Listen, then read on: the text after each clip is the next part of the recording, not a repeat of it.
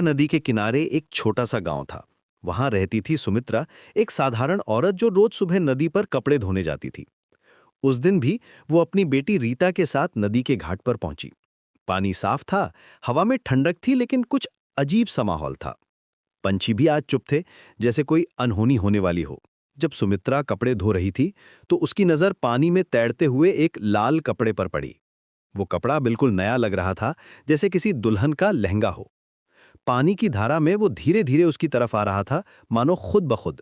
सुमित्रा ने सोचा कि शायद कोई धोते वक्त गिरा गया होगा।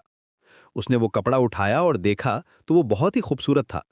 सुनहरे धागों से कढ़ाई की गई थी, मोती और सितारे जड़े हुए थे। ऐसा लगता था जैसे किसी राजकुमारी का जोड़ा हो। कपड़े को छूते ही उसके हाथों में एक अजीब सी ठंडक दौड़ गई। घर पहुंचकर सुमित्रा ने उस कपड़े को अच्छे से धोया और सुखाने के लिए रस्सी पर टांग दिया। धोते वक्त भी वो कपड़ा अजीब लग रहा था। पानी में भीगने के बावजूद भी उसका रंग बिल्कुल वैसा ही था, जैसे खून की तरह लाल। शाम को जब रीता स्कूल से आई तो उसकी नजर उस खूबसूरत लहंगे पर पड़ी। वो तुरंत अपनी मां के पास दौड़ी और बोली, मां, ये कितना सुंदर कपड़ा है, क्या मैं इसे पहन सकती हूँ? सुमित्रा को कुछ अजीब सा लगा। उसके मन में एक डर सा आया, जैसे कोई चेतावनी दे रहा हो। लेकिन बेटी की खुशी देखकर वो मना नहीं कर सकी। रीता ने झट से वो लहंगा पहन लिया। जैसे ही उसने वो कपड़ा पहना, सुमित्रा को लगा जैसे कमरे का तापमान अचानक गिर गया हो। हवा में एक अजीब सी खुशबू आने लगी, जैसे पुराने फूलों की, जैसे किसी शमशान की। दीवारों पर लटकी तस्वीरें हिलने लगीं और दिया भी टिमटिमाने लगा। रीता खुशी से नाचने लगी और बोली, माँ देखो, मैं कितनी सुंदर लग रही हूं। लेकिन जब सुमित्रा ने अपनी बेटी को देखा तो उसके होश उड़ गए। रीता का चेहरा बदल गया था। उसकी आंखें लाल हो गई थीं और उसके होठों पर एक डरावनी मुस्कान थी। उसकी त्वचा पर एक अजीब सी चमक आ गई थी, जैसे चांदनी रात में कोई भूत चमकता हो। रीता, ये कपड़ा उतार दे तुरंत, सुमित्रा चिल्लाई। उसकी आवाज में दहशत साफ सुनाई दे रही थी। लेकिन रीता ने कहा, नहीं मां, मैं इसे नहीं उतारूंगी, ये मेरा है।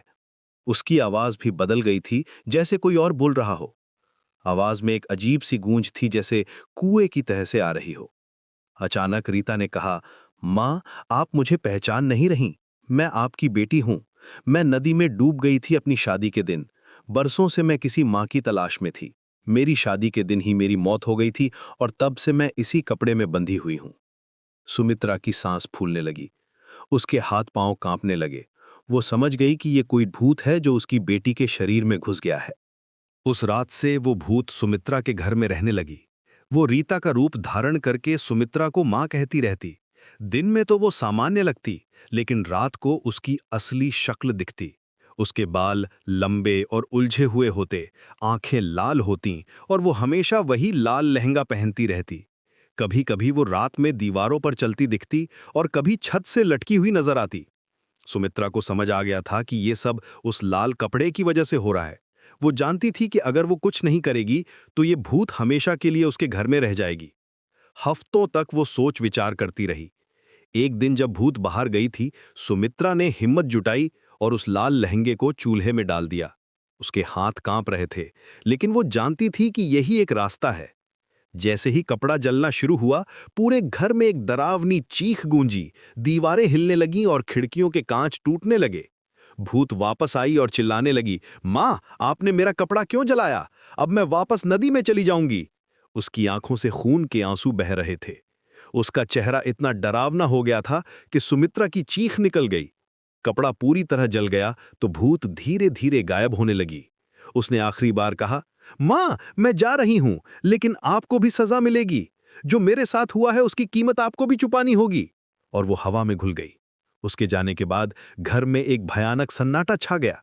अगली सुबह जब सुमित्रा उठी तो देखा कि उसका पूरा घर गिर गया था। दीवारें टूट गई थीं, छत गिर गई थी, चारों तरफ मलबा बिखरा हुआ था। पड़ोसियों ने बताया कि रात को बहुत तेज आंधी आई थी, लेकिन सिर्फ सुमित्रा का घर ही गिरा था। बाकी घरों को कुछ भी नहीं हुआ था। सुमित्रा समझ गई कि ये उस भूत का बदला था। उसने अपनी असली बेटी रीता को वापस पा लिया था, लेकिन इसकी कीमत उसे अपना घर गंवाकर चुकानी पड़ी।